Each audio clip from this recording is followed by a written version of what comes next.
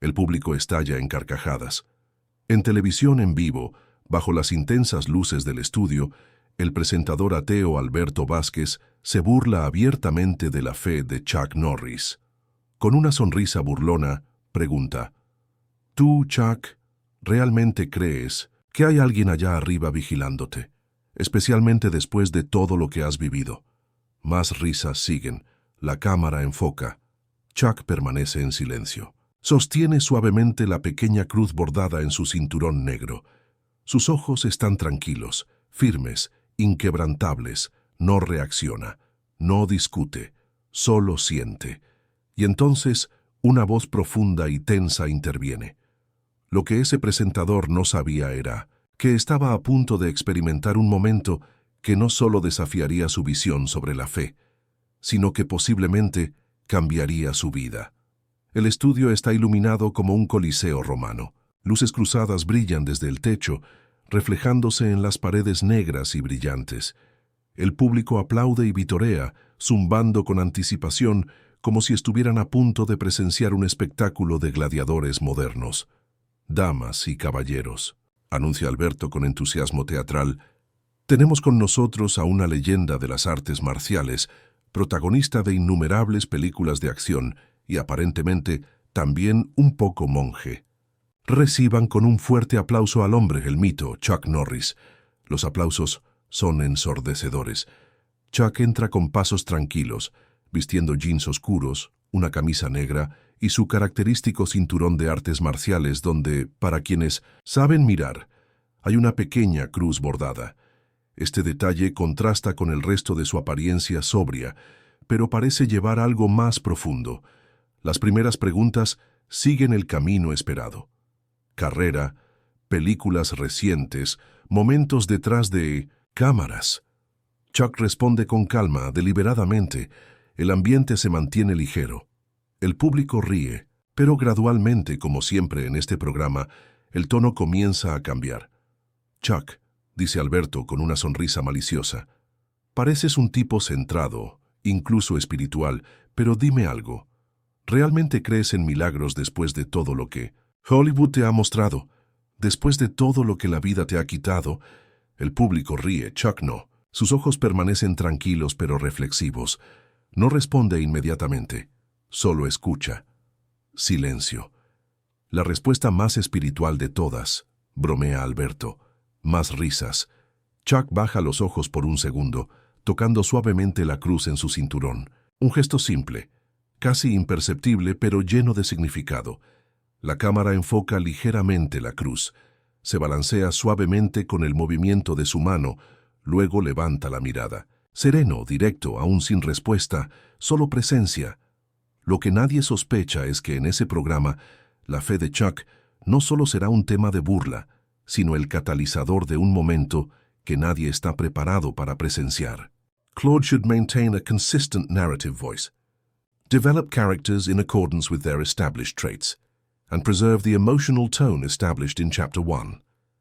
This chapter requires a documentary-like, reflective tone that introduces Chuck's personal history with faith during tragedies. Found hardships. The narrative should transition between the studio setting and glimpses of Chuck's past using an unseen narrator voice technique.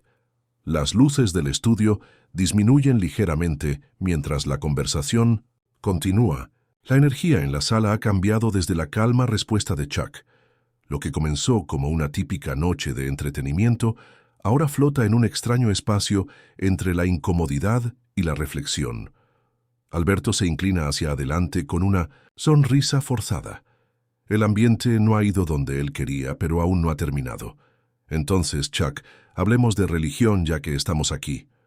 El público ríe nuevamente, pero no tan libremente como antes. Comienza a hablar en un tono más animado, salpicando sarcasmo en sus palabras. ¿Sabes lo que siempre digo?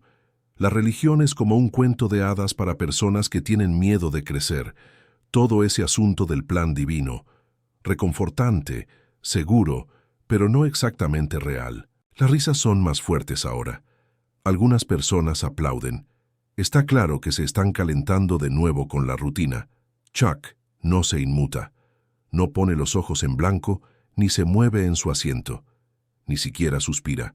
Simplemente sostiene su cinturón, nuevamente, no aferrándose a él, no haciendo un espectáculo, solo descansando sus dedos contra la cruz bordada como si estuviera conectándose a tierra. La cámara lo capta de nuevo. No hay pánico en su lenguaje corporal, ni actitud defensiva, solo quietud.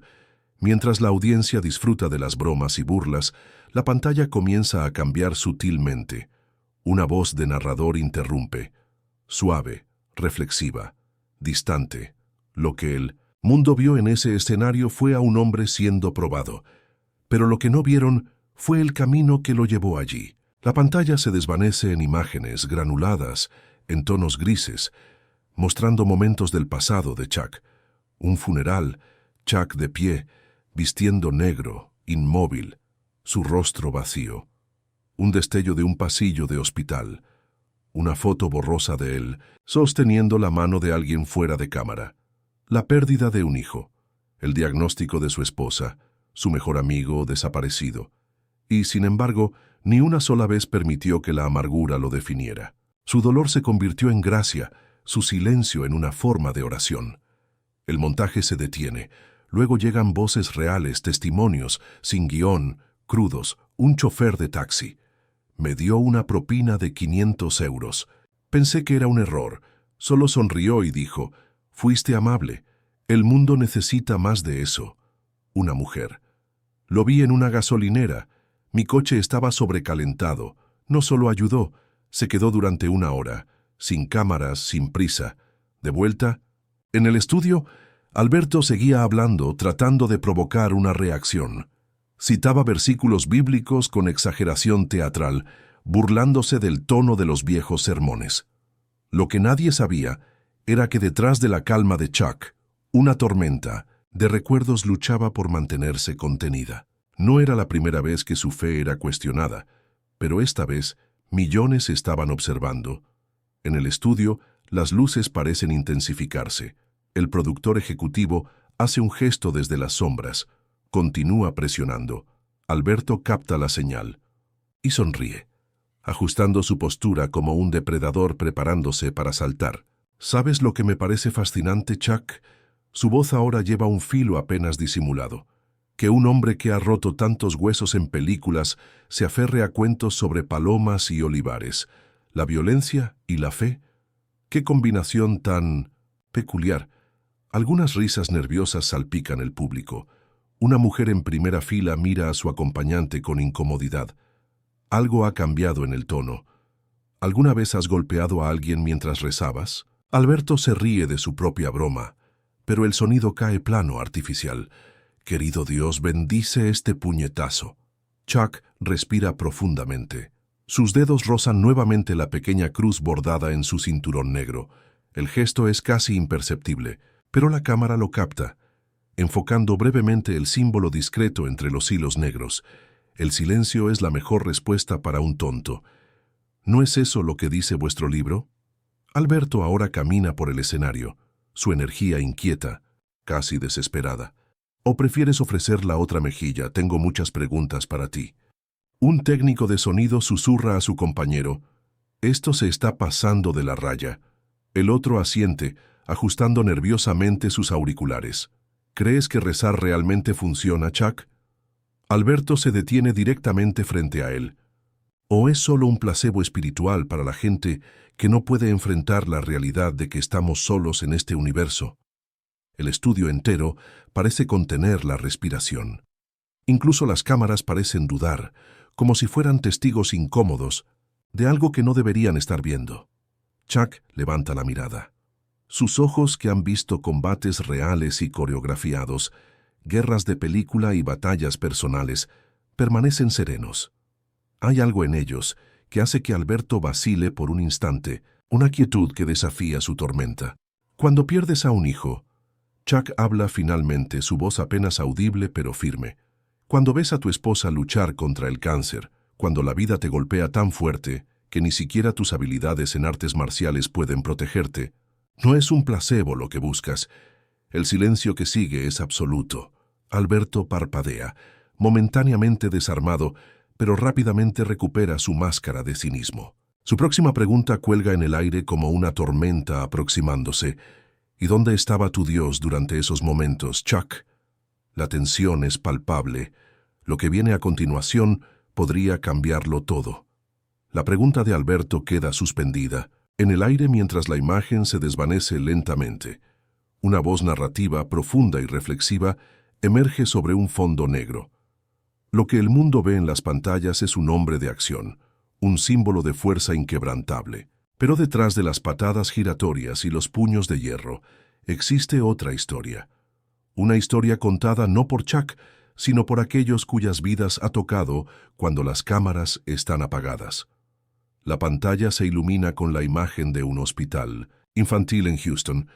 Un médico de mediana edad con bata blanca mira directamente a la cámara, sus ojos cansados pero sinceros. Viene cada mes, sin fotógrafos, sin prensa, pasa horas con los niños que nadie visita. Les enseña pequeños movimientos de artes marciales desde sus camas. Les habla de esperanza cuando la medicina ya no puede ofrecerla.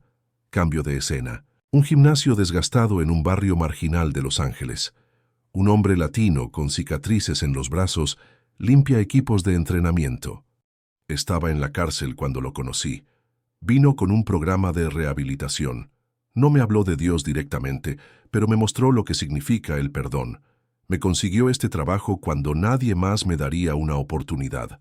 Ahora dirijo este lugar para jóvenes en riesgo. Una cocina comunitaria en Nueva Orleans. Una mujer afroamericana de edad avanzada remueve una olla gigante. Después del huracán, perdimos todo. Chuck apareció con camiones de suministros.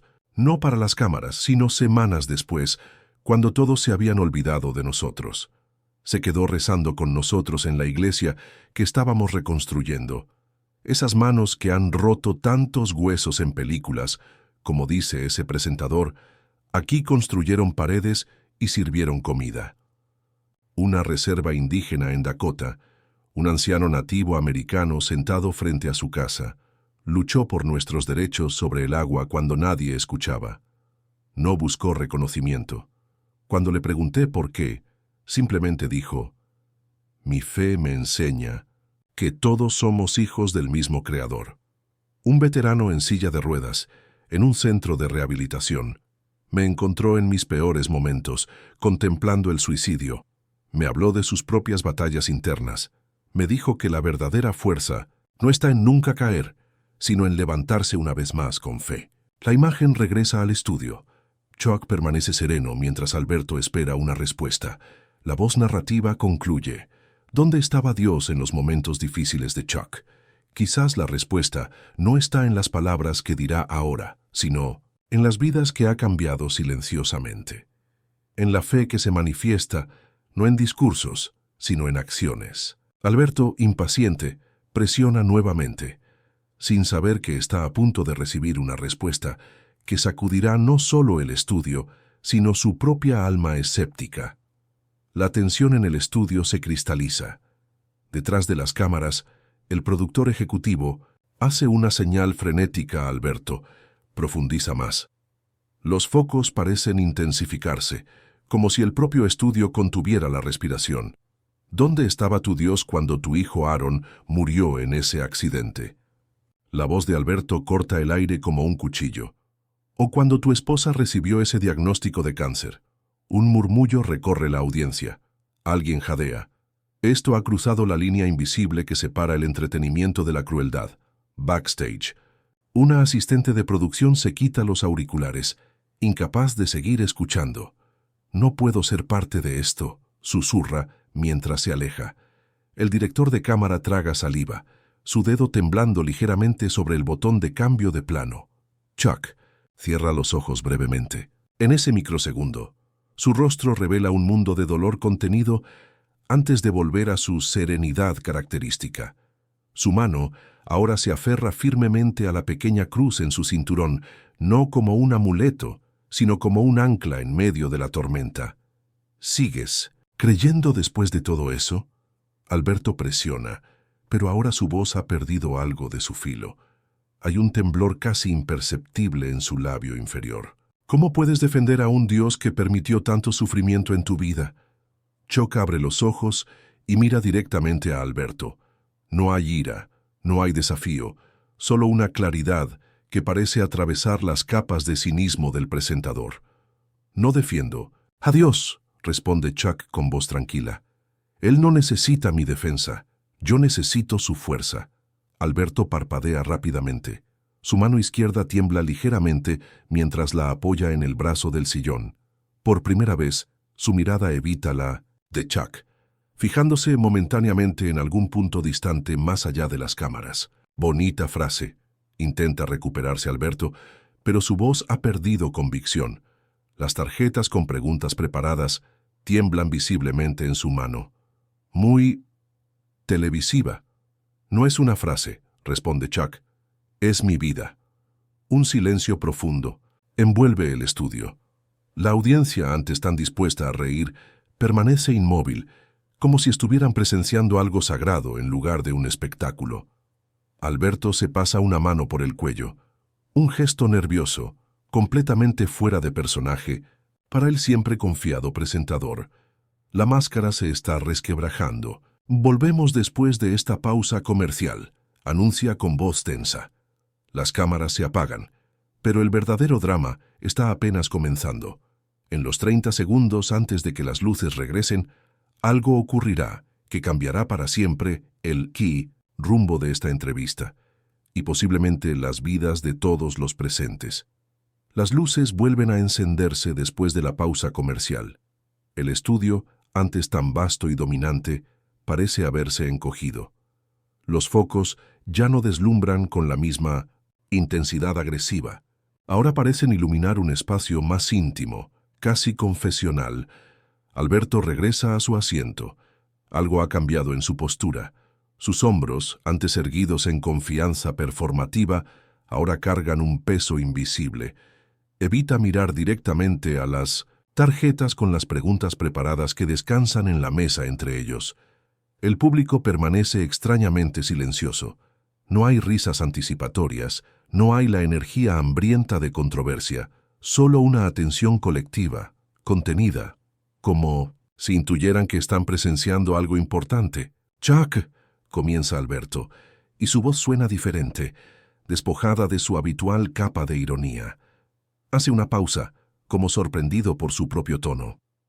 «Durante la pausa, estuve pensando en lo que dijiste». Chuck asiente levemente, invitándolo a continuar sin presionarlo. Cuando dices que no defiendes a Dios porque Él no necesita tu defensa, pero tú necesitas su fuerza. Alberto traga saliva, visiblemente incómodo con su propia vulnerabilidad.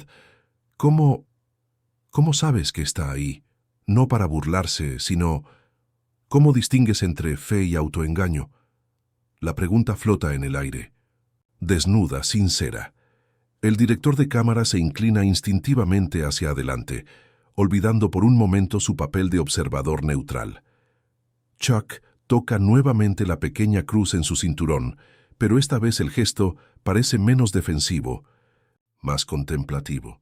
«Cuando perdí a mi hijo», responde con voz suave pero firme, «no sentí a Dios como una presencia que me consolaba. Lo sentí como una ausencia que me sostenía».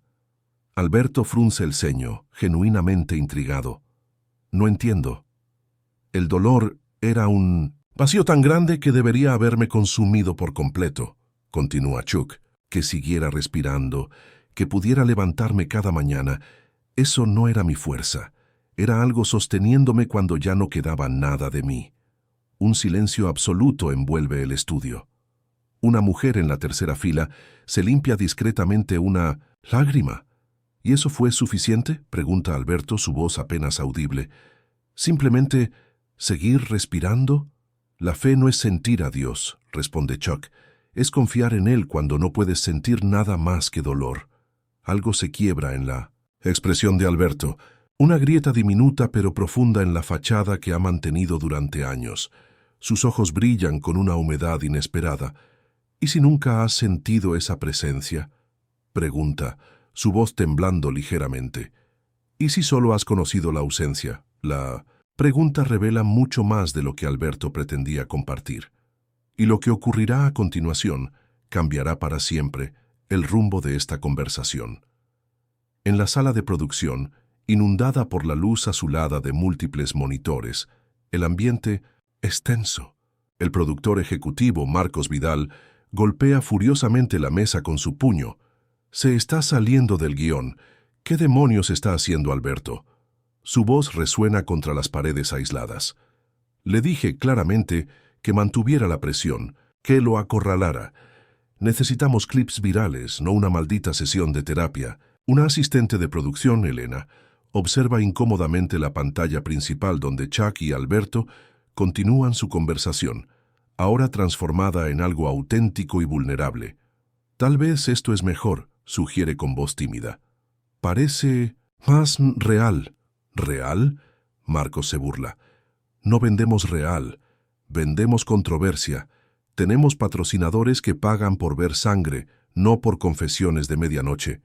Mientras discuten, nadie nota que el micrófono de Elena sigue abierto. Sus palabras se filtran a través del sistema de comunicación interno y llegan al teléfono de un técnico de sonido que, horrorizado, comienza a grabar. Simultáneamente, en las redes sociales, la conversación estalla.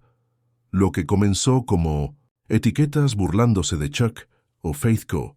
Chuck reza por ratings, rápidamente se transforma. María Luisa 23. Nunca he visto tanta dignidad frente a ataques tan crueles. Respeto total a Chuck Norris.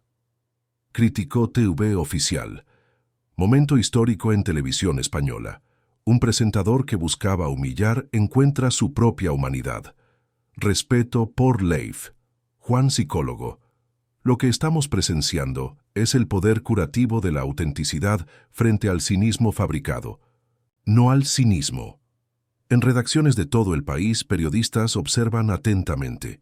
Un editor jefe en Madrid llama a su equipo: preparen un especial. Esto ya no es sobre religión, es sobre decencia mediática. El video filtrado de la sala de producción comienza a circular. No vendemos real, vendemos controversia. La frase se convierte en tendencia instantánea. Marcos, ignorante de la filtración, continúa. Dile a Alberto por el auricular que vuelva al plan. Recuérdale las preguntas sobre la hipocresía de la iglesia. Que mencione los escándalos de abusos. Necesitamos que Chuck se quiebre o se enfade. Pero cuando la asistente intenta comunicarse con Alberto, descubre que se ha quitado el auricular. Está fuera de su control. En las calles de Madrid, personas se detienen frente a escaparates de tiendas de electrónica donde múltiples televisores muestran la conversación. Nadie habla, solo observan como testigos de algo trascendental. Lo que los productores planearon como un ataque calculado a la fe de una celebridad se está convirtiendo en un espejo que refleja la creciente hambre de autenticidad en una cultura saturada de cinismo. Y mientras la audiencia crece exponencialmente, lo que ocurrirá en los próximos minutos cambiará para siempre la televisión española. Alberto mira fijamente sus manos por un momento. El silencio en el estudio se ha transformado de incómodo a sagrado. Cuando levanta la mirada hacia Chuck, sus ojos brillan con una vulnerabilidad que nadie en la audiencia ha visto jamás en este hombre conocido por su cinismo mordaz. Cuando tenía 8 años, comienza Alberto con voz apenas audible. Mi hermana pequeña enfermó de leucemia. La imagen se desvanece suavemente a un hospital pediátrico en los años 80. Un niño pequeño, con el mismo pelo oscuro de Alberto, sentado en un pasillo frío, bajo luces fluorescentes, sosteniendo un rosario gastado entre sus pequeños dedos. Rezaba cada noche, tan fuerte que mis rodillas sangraban contra el suelo de baldosas. La voz de Alberto tiembla. Prometí a Dios que sería bueno, que sacaría buenas notas, que ayudaría a los pobres, si solo dejaba que Lucía viviera. La imagen cambia a una pequeña iglesia rural. El mismo niño, ahora arrodillado ante un crucifijo, sus labios moviéndose en oraciones silenciosas, lágrimas cayendo sobre sus manos entrelazadas. El sacerdote me dijo que Dios escuchaba a los niños con corazón puro. Alberto traga saliva con dificultad, y yo le creí. De vuelta al estudio, Chuck escucha con atención total, sin interrumpir, sin juzgar. Lucía murió un martes. La voz de Alberto se quiebra. Llovía. Recuerdo el sonido de las gotas contra la ventana del hospital mientras los médicos desconectaban. Las máquinas. Otra imagen, el niño, ahora de pie junto a un pequeño ataúd blanco, su rostro vacío de toda emoción, el rosario colgando olvidado de su puño. Esa noche tiré el rosario al río detrás de nuestra casa. Alberto se quita las gafas, limpiándolas nerviosamente. Y decidí que o bien Dios no existía o no merecía mi fe. El estudio permanece en silencio absoluto. Una cámara capta, una lágrima solitaria, deslizándose por la mejilla de una mujer en la primera fila. Durante años me he burlado de la fe, continúa Alberto mirando directamente a Chuck, porque es más fácil ridiculizar lo que otros tienen que enfrentar el vacío que dejó en mí. Chuck asiente lentamente, reconociendo el dolor compartido entre dos hombres que han experimentado pérdidas inimaginables desde lados opuestos de la fe. Así que cuando te pregunto cómo distingues entre fe y autoengaño, concluye Alberto con una honestidad desgarradora, no es retórica. Es la pregunta que me ha perseguido toda mi vida.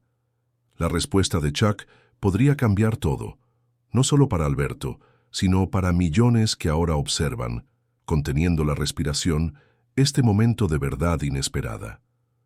Chuck respira profundamente, preparándose para responder a la pregunta más sincera que Alberto ha formulado jamás. El estudio entero parece contener la respiración, como si el tiempo mismo se hubiera detenido en anticipación. Alberto, la diferencia entre fe y autoengaño es... En ese preciso instante, las luces del estudio parpadean violentamente. No un simple destello, sino una fluctuación rítmica que baña el escenario en sombras y luz alternantes. Las pantallas de los monitores se llenan de estática. Los micrófonos emiten un agudo silbido antes de apagarse por completo. ¿Qué está pasando?, susurra un técnico en la cabina de control, sus dedos moviéndose frenéticamente sobre los interruptores. Los sistemas están completamente inestables. En la sala de producción, el pánico se apodera de Marcos. «¡Arreglen esto ahora mismo! ¡Estamos en directo!». Pero nada responde. Las consolas técnicas muestran lecturas imposibles, como si algo alterara el propio flujo eléctrico del edificio.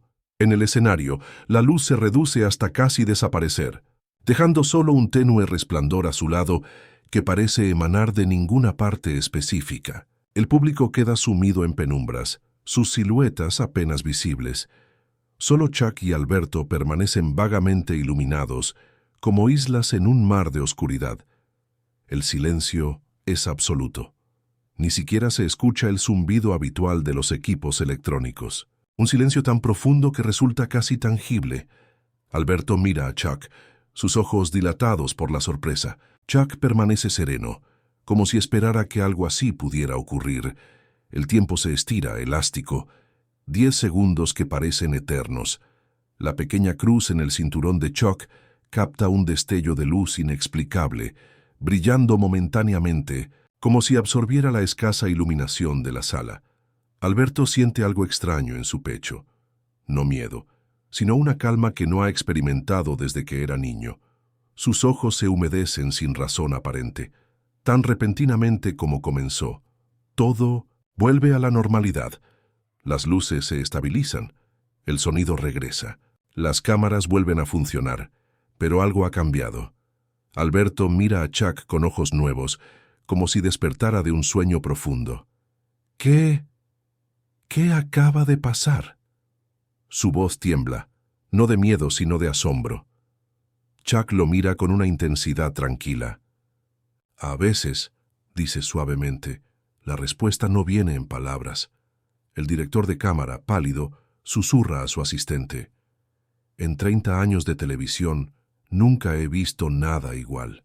La conversación está a punto de tomar un giro que nadie, ni siquiera los cínicos productores, podría haber anticipado. El video del extraño apagón se propaga por internet como fuego salvaje. En millones de pantallas, esos 10 segundos de oscuridad inexplicable se reproducen en bucle, analizados fotograma a fotograma, discutidos en cada rincón digital del país. En un pequeño apartamento en Barcelona, una familia cena en silencio con el televisor encendido. La madre, enfermera de profesión, mira fijamente la repetición del momento. Dicen que fue un problema eléctrico, comenta el padre, escéptico. No, responde el hijo adolescente, levantando la vista de su teléfono. Los técnicos del estudio están diciendo en Twitter que los sistemas no registraron ninguna falla. Todo funcionaba perfectamente según los diagnósticos. En un bar de Madrid, la clientela habitual ha abandonado el fútbol para discutir lo sucedido. Una camarera señala la pantalla donde un panel de expertos debate acaloradamente. ¿Vieron cómo cambió la cara de Alberto después? Como si hubiera visto algo que nosotros no podíamos ver, dice, secando un vaso. Un cliente anciano asiente. Mi abuelo decía que a veces el silencio es la voz de Dios. En estudios de televisión rivales, productores observan las cifras de audiencia con asombro. Un ejecutivo llama frenéticamente a su equipo: «Quiero a Chuck Norris en nuestro programa. Mañana mismo. Paguen lo que sea necesario». Las redes sociales hierven con reacciones. Físico UCM. Como científico, busco explicaciones racionales, pero la sincronización perfecta de ese apagón con la pregunta existencial es estadísticamente improbable. Fenómeno Chuck Norris, psicóloga María. Lo que estamos presenciando es una proyección colectiva de nuestra hambre de trascendencia en tiempos de materialismo vacío. Más misterio, menos consumo. Padre Juan Bloch, no llamen milagro a lo que no entendemos, pero tampoco nieguen lo sagrado de un momento compartido por millones. Diálogo Ferrazón. En un rincón tranquilo de una cafetería en Valencia, una joven escritora teclea frenéticamente, inspirada. Su novela sobre crisis espirituales, rechazada por 7 editoriales, ahora parece relevante. En hospitales, residencias de ancianos y prisiones, los televisores muestran comentaristas debatiendo el significado del momento. Un paciente terminal sonríe por primera vez en semanas. Un famoso cantante ateo publica una foto de sí mismo sosteniendo un rosario olvidado. Tal vez sea momento de hacernos preguntas diferentes. Buscando respuestas. La voz narrativa regresa suave y contemplativa. A veces un momento trasciende la pantalla que lo contiene. Se filtra en las grietas de nuestras certezas, desafiando lo que creíamos saber sobre el mundo, sobre nosotros mismos. Mientras, tanto en el estudio, Chuck y Alberto continúan su conversación transformada, ajenos a la revolución que están desencadenando más allá de sus palabras. El mismo estudio. Una semana después, las luces ya no parecen agresivas, iluminan el espacio con una calidez que antes no existía. La escenografía ha sido sutilmente modificada, tonos más cálidos, menos neón, más madera, como si el espacio físico reflejara la transformación interior que todos han presenciado. La cola para entrar al programa se extiende por varias manzanas, personas de todas las edades y condiciones, algunas con libros de Chuck Norris, otras con cuadernos para tomar notas, muchas simplemente buscando ser testigos de algo auténtico.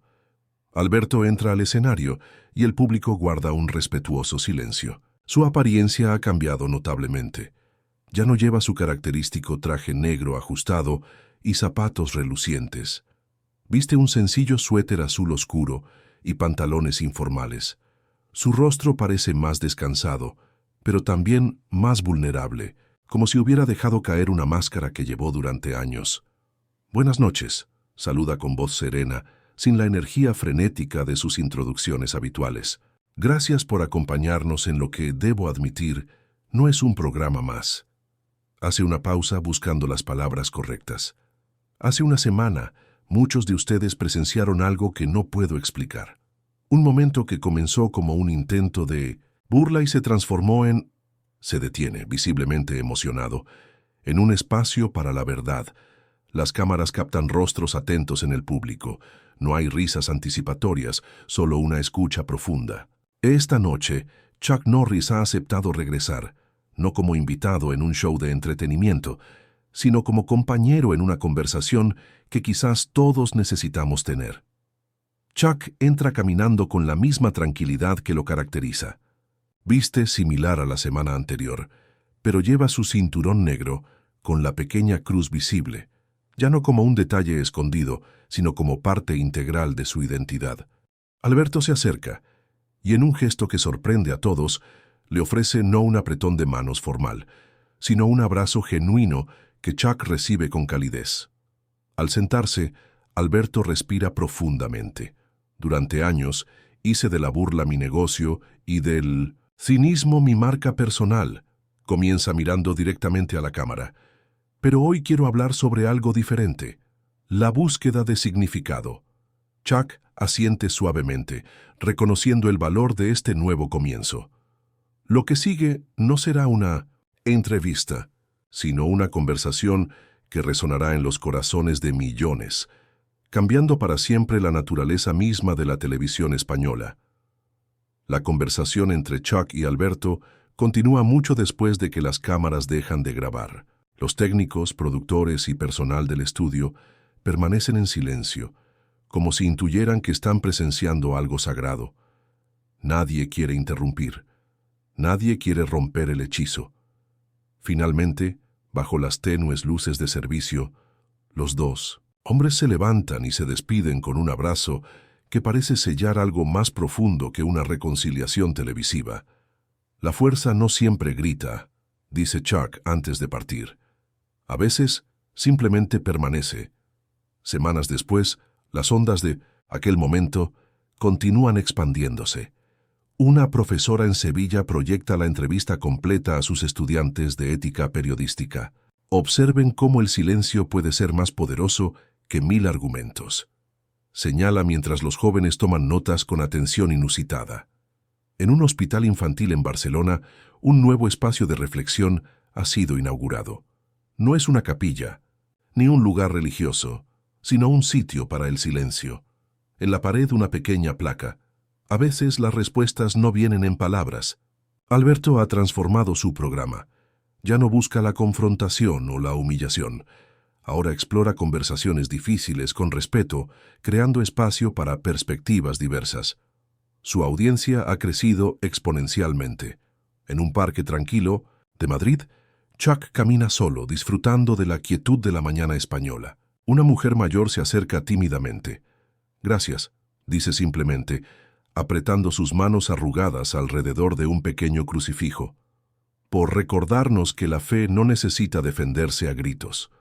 Chuck asiente con una sonrisa serena, reconociendo en sus ojos el mismo viaje a través del dolor que él ha recorrido.